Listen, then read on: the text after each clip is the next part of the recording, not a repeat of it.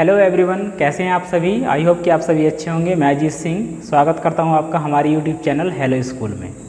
जैसा कि आपको पता है, हम फिजिक्स 10th से लगातार वीडियोस करते आ रहे हैं, जिसमें हमने पढ़ लिया था रिफ्लेक्शन ऑफ लाइट, उसके लॉस क्या क्या थे, लाइट को कवर कर लिया था अच्छे से, और उसके बाद हमने कुछ क्वेश्चन भी किए थे।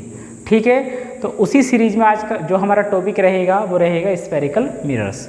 तो आज हम अच्छे से स्फेरिकल मिरर्स को समझेंगे, स्फेरिकल मिरर्स के कितने टाइप्स हो सकते हैं और इनसे रिलेटेड कुछ डेफिनेशन या फिर टर्म्स जो होंगे उनको आज समझेंगे। क्लियर। तो आइए स्टार्ट करते हैं अपना लेक्चर। उससे पहले यदि आप हमारे चैनल पर नए हैं तो प्लीज़ चैनल को सब्सक्राइब कीजिए और साथ ही साथ बेल आइकन को भी प्रेस कर सकते हैं, जिससे कि आने वाली नई नई वीडियोस की नोटिफिकेशन आपको टाइम पर मिलती रहे। तो आइए करते हैं स्टार्ट स्फेरिकल मिरर।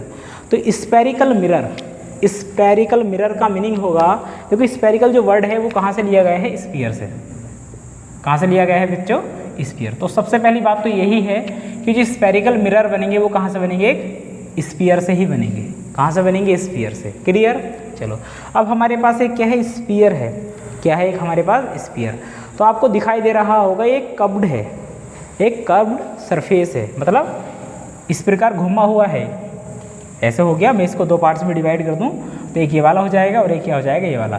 तो ऐसे मतलब जो घुमा हुआ सरफेस होगा उसको हम बोलेंगे कर्व्ड सरफेस। तो सबसे पहली बात तो ये है कि जो स्फेरिकल मिरर्स होगा वो एक कर्व्ड सरफेस होगा। क्या होगा प्यारे बच्चों, एक कर्व्ड सरफेस होगा। क्लियर। इसके बाद अगर हम स्फेरिकल मिरर की प्रॉपर डेफिनेशन की बात करें, स्फेरिकल मिरर की प्रॉपर डेफिनेशन की बात करें तो क्या हो जाएगी, आइए देखते हैं।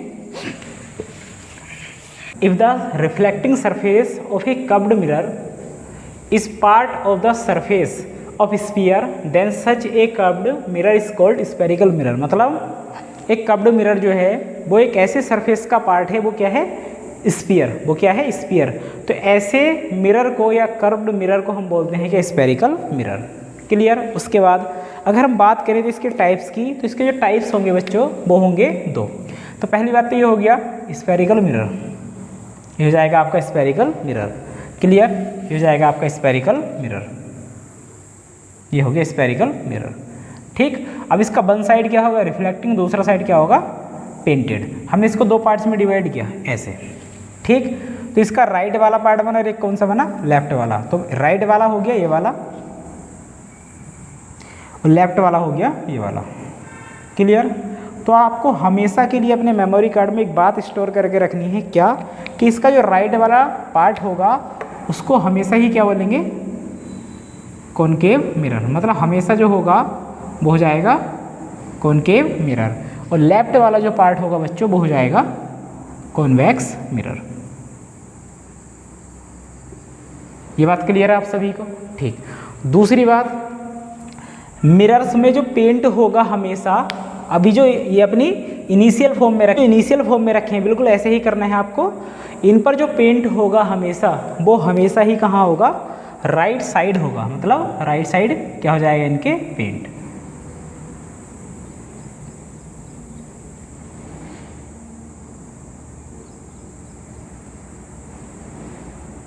ये बात क्लियर है आप सभी को। ठीक। देखो, कॉनकेव में जो इसका आउटर सरफेस है वो पेंटेड है और इसका जो इनर सरफेस है वो क्या है, reflecting surface. Clear. Convex mirror में इसका जो आउटर पार्ट है, इसका जो इनर पार्ट है वो क्या है, पेंटेड, और जो आउटर सरफेस है इसका वो क्या है, रिफ्लेक्टिंग सरफेस। क्लियर। दूसरी बात, अब जो ऑब्जेक्ट रखा जाएगा मिरर के सामने वो हमेशा ही लेफ्ट साइड होगा। क्या होगा, in front of the mirror, in the left side. Object हमेशा लेफ्ट साइड होगा और जो पेंट रहेगा वो हमेशा क्या रहेगा, राइट साइड। क्लियर। अब इनकी डेफिनेशन की हम बात करते हैं। तो इससे पहले आप इसका एक स्क्रीनशॉट लीजिए, उसके बाद हम बात करते हैं मिरर्स की डेफिनेशन की। तो प्यारे बच्चों, अभी हमने पढ़ा है स्फेरिकल मिरर जो होंगे दो टाइप्स के होंगे, कॉनकेव मिरर और कौन सा होगा, कॉन्वेक्स मिरर। तो हम बात करते हैं किसकी, कॉनकेव मिरर की डेफिनेशन की। तो अभी आपने पढ़ा था, इसका जो डायग्राम था वो क्या था, इस प्रकार। ये क्या था, कॉनकेव मिरर, और ये वाला क्या था, कॉन्वेक्स मिरर। क्लियर है बात। चलो, अब हम बात करते हैं इनकी डेफिनेशन की। तो आपको दिखाई दे रहा होगा इसका जो आउटर सरफेस है वो है पेंटेड और इसका जो इनर सरफेस है वो क्या है, रिफ्लेक्टिंग सरफेस। तो क्या करेंगे हम इसको डेफिनेशन में क्या लिखेंगे, द मिरर, साथ साथ मेरे बोलेंगे तो आपको जल्दी याद हो जाएगा। The mirror which outer surface is painted and inner surface is made reflecting surface, then mirror is called concave mirror। मतलब एक ऐसा मिरर जिसके आउटर सरफेस पर तो किया जाता है पेंट और उसका जो इनर सरफेस है वो रिफ्लेक्टिंग सरफेस बना दिया जाता है, ऐसे मिरर को हम बोलते हैं क्या, कॉनकेव मिरर। अगर डायग्राम की बात करें तो डायग्राम आपको ये दिख रहा होगा। क्लियर। अब हम बात करते हैं किसकी बच्चों, कॉन्वेक्स मिरर की डेफिनेशन की। कॉन्वेक्स मिरर तो आपको केवल एक ही डेफिनेशन याद करनी है। आपकी बुक्स में कुछ अलग तरह की डेफिनेशन दे रखी होगी तो आपको घबराने की कोई ज़रूरत नहीं है। आप इस डेफिनेशन को लिखेंगे तो आपको 100% नंबर मिलेंगे। क्लियर। तो अब हम बात करते हैं किसकी, कॉन्वेक्स मिरर की। तो कॉन्वेक्स मिरर की जो डेफिनेशन हो जाएगी बिल्कुल इसके अपोजिट करना है आपको, क्या कि the mirror which outer surface made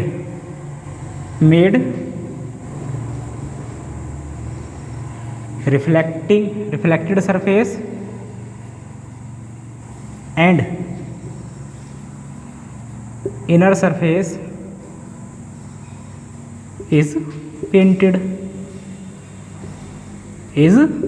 is known as convex mirror. देखो इसका जो इनर सरफेस है वो क्या है, पेंटेड, और आउटर सरफेस क्या है, रिफ्लेक्टिंग सरफेस। इसका जो आउटर सरफेस है वो पेंटेड और इसका इनर सरफेस क्या है, reflecting surface. This types of mirrors is known as concave mirror and convex mirror. I hope कि आपको ये बात समझ में आई होगी। क्लियर। अब इनसे रिलेटेड कुछ डेफिनेशंस हैं जो बोर्ड एग्जाम हमसे पूछता है, बहुत ही मोस्ट इंपॉर्टेंट डेफिनेशन है, छोटी छोटी डेफिनेशन है, आपको अच्छे से समझ में आ जाएंगे। तो आप इसका एक स्क्रीनशॉट लीजिए, उसके बाद हम बात करते हैं डेफिनेशंस की। तो आइए बात करते हैं हम terms related to spherical mirrors. मतलब कुछ टर्म्स हैं जो स्फेरिकल मिरर के रिलेटिव में हमको याद करने होंगे या फिर पढ़ने होंगे। पहला जो टर्म्स है वो क्या है, पोल। अब ये पोल क्या है, तो पोल की अगर हम बात करें तो पोल की बात करेंगे तो क्या हो जाएगा, देखो ये आपके पास क्या है, हम कोई सा ही मिरर ले लेंगे, चाहे कॉनकेव हो चाहे क्या हो कॉन्वेक्स। तो हम कॉनकेव मिरर की बात कर रहे हैं। ये क्या है, इसका रिफ्लेक्टिंग सरफेस। ये वाला जो है ये सरफेस, आउटर वाला वो क्या है, रिफ्लेक्टिंग सरफेस। क्या है बच्चों, रिफ्लेक्टिंग सरफेस। तो इस रिफ्लेक्टिंग सरफेस का जो मिड पॉइंट होगा, क्या होगा, मिड पॉइंट कह सकते हैं। इसका जो सेंटर होगा, इसका जो सेंटर है, मिड पॉइंट बात एक ही है, इसका जो सेंटर होगा उसी सेंटर पॉइंट को हम बोलते हैं क्या, पोल। तो डेफिनेशन की अगर हम बात करें तो हम क्या लिखेंगे, the centre of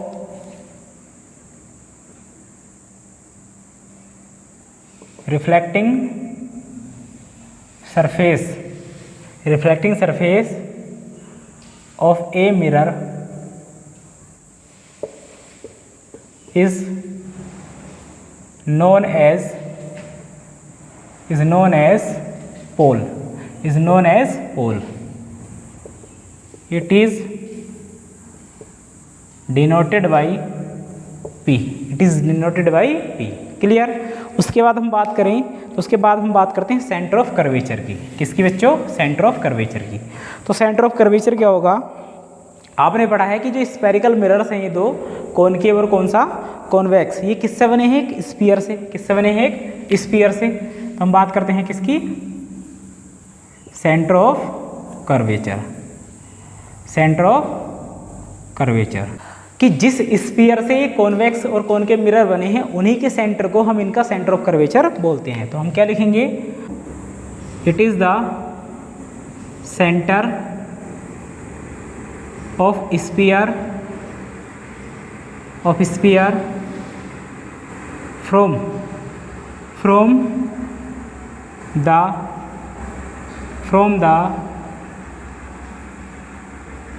spherical mirrors, from the spherical mirrors is formed, मतलब जहाँ से स्फेरिकल मिरर्स फॉर्म्ड किए गए हैं उसी स्फीयर के सेंटर को हम क्या बोलते हैं, सेंटर ऑफ कर्वेचर। उसके बाद हम बात करते हैं किसकी, radius of curvature, radius of curvature. उससे पहले मैं बता दूं आपको कि सेंटर ऑफ कर्वेचर को हम डिनोट करते हैं किससे, कैपिटल सी से, किससे, कैपिटल सी से।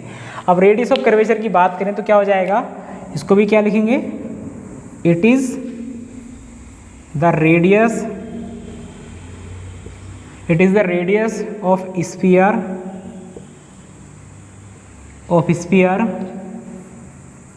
From which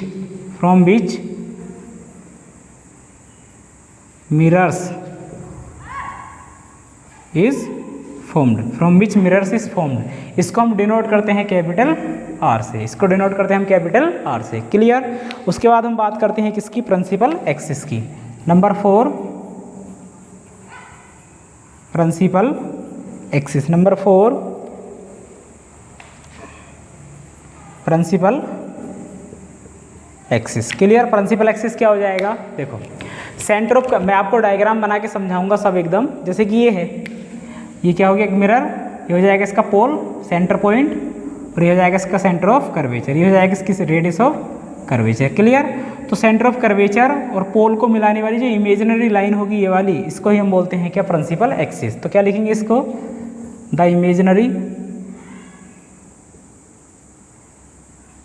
imaginary line passing through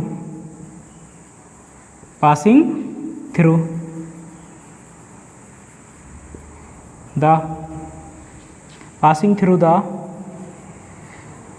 center of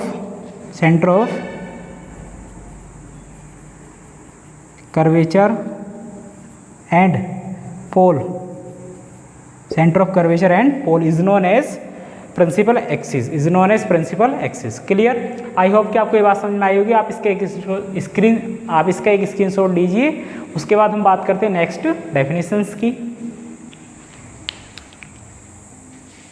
तो नंबर 5 हम बात करते हैं बच्चों, नंबर 5 हम बात करते हैं किसकी, प्रिंसिपल फोकस, प्रिंसिपल फोकस।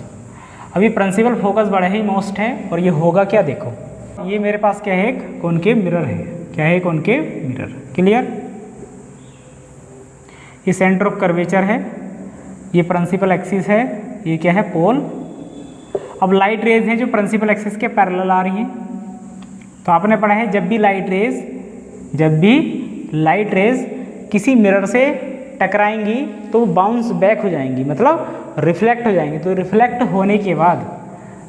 होने के बाद जिस पॉइंट पर भी जाकर वो एक दूसरे को इंटरसेक्ट करेंगी या फिर मिलेंगी, उसी पॉइंट को हम बोलते हैं क्या, प्रिंसिपल फोकस। क्या बोलते हैं प्यारे बच्चों, प्रिंसिपल फोकस। इसको डिनोट करते हैं कैपिटल एफ से। तो प्रिंसिपल फोकस की डेफिनेशन क्या हो जाएगी, इसको हम लिखेंगे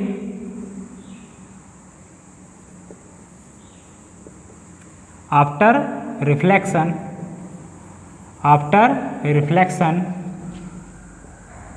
the light rays focused at a particular point on the principal axis.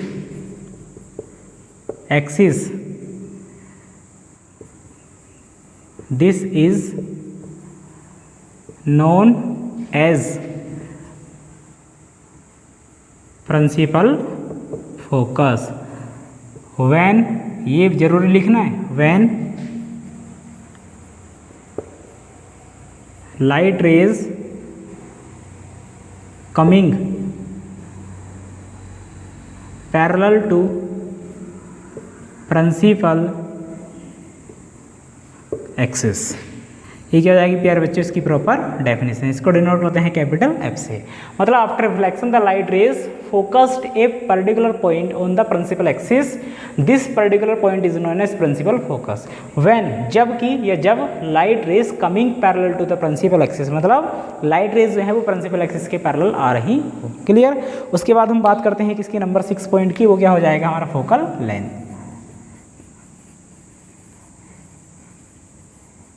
तो फोकल लेंथ क्या हो जाएगा, देखो फोकल लेंथ क्या होगा, the distance between principal focus and pole, the distance between principal focus and pole is known as radius, sorry is known as focal length. इसको हम लिखेंगे the distance between principal focus and pole is known as